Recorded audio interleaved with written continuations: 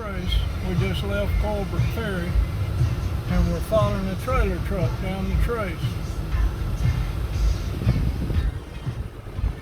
Boy, I bet that ticket's real salty. If I was him, I'd be trying to get off this next exit right here another half a mile and go to Cherokee. But he probably ain't going to.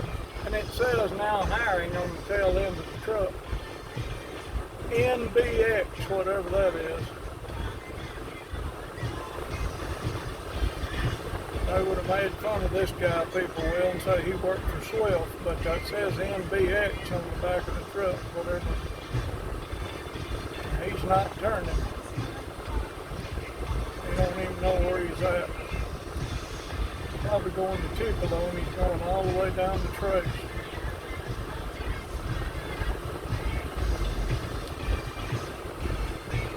But there's one thing about it, he's only doing 40 some odd miles an hour. Well, there it is. You can see for yourself right there. 45, I guess he is.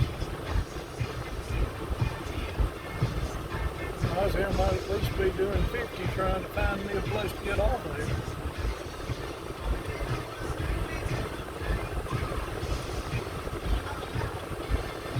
.50-mile-an-hour speed limit. Highway Patrol in Iuka said Mississippi and Alabama would let you run 60. I don't know if that's true or not. I know that's what he told me. Jerry George actually told me that.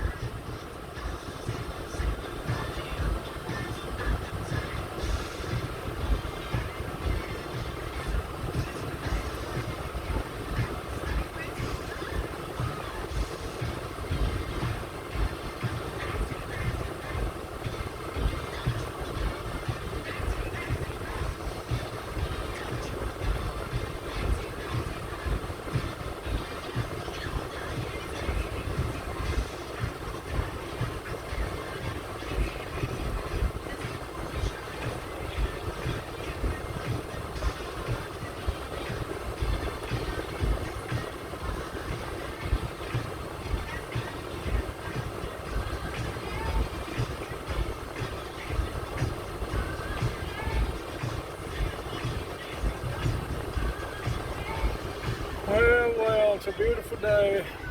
Man, it's Sadie Mae.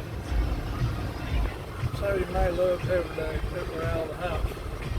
Where she can get out and run around. She likes to get out and hike and walk and look in the woods.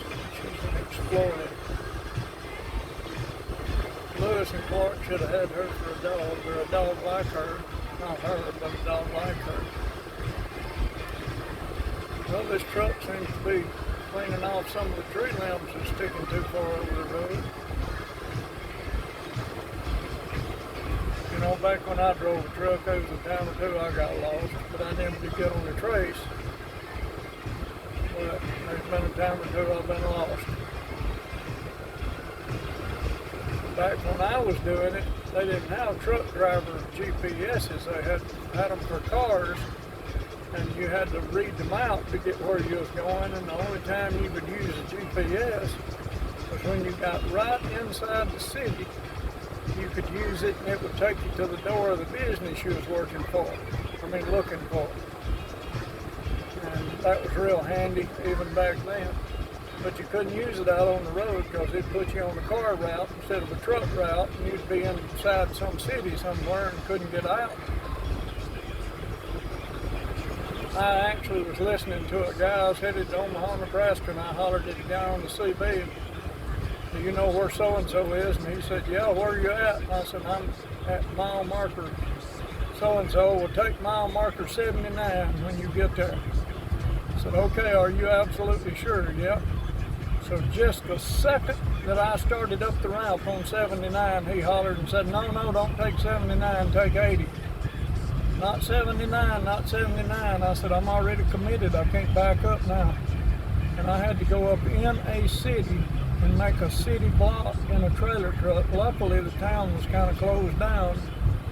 And there wasn't any traffic in the city, and I turned that big truck 4 corners and come back out and hit the road again, went down 1 mile and went up the exit. Found exactly where he told me it was, but there for a minute it was all screwed up. I wonder if this truck driver realizes he's on the Natchez Trace and realizes that the ticket will be $500 to $2,000 for him being on here.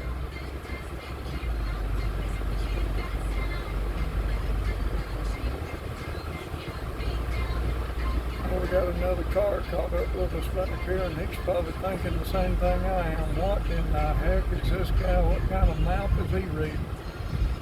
But he's got his GPS set on cars instead on truck route, and it got him up on the trace. They got options in them now. You can set them on truck routes, car routes, fast routes, economy routes. He should have really paid attention or get somebody to set that on truck route for him, or he will never get on the trace. He can. He's got his brakes on now. We're doing 55, and he put his brakes on. Well, I hadn't seen the first animal the whole day out here in the fields.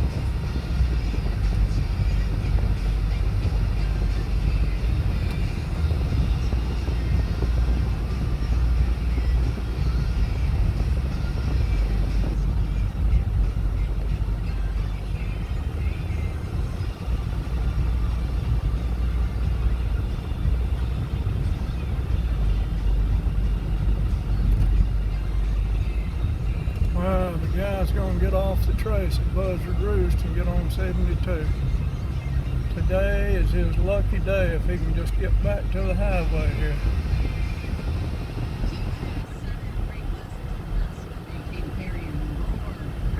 Today is his lucky day.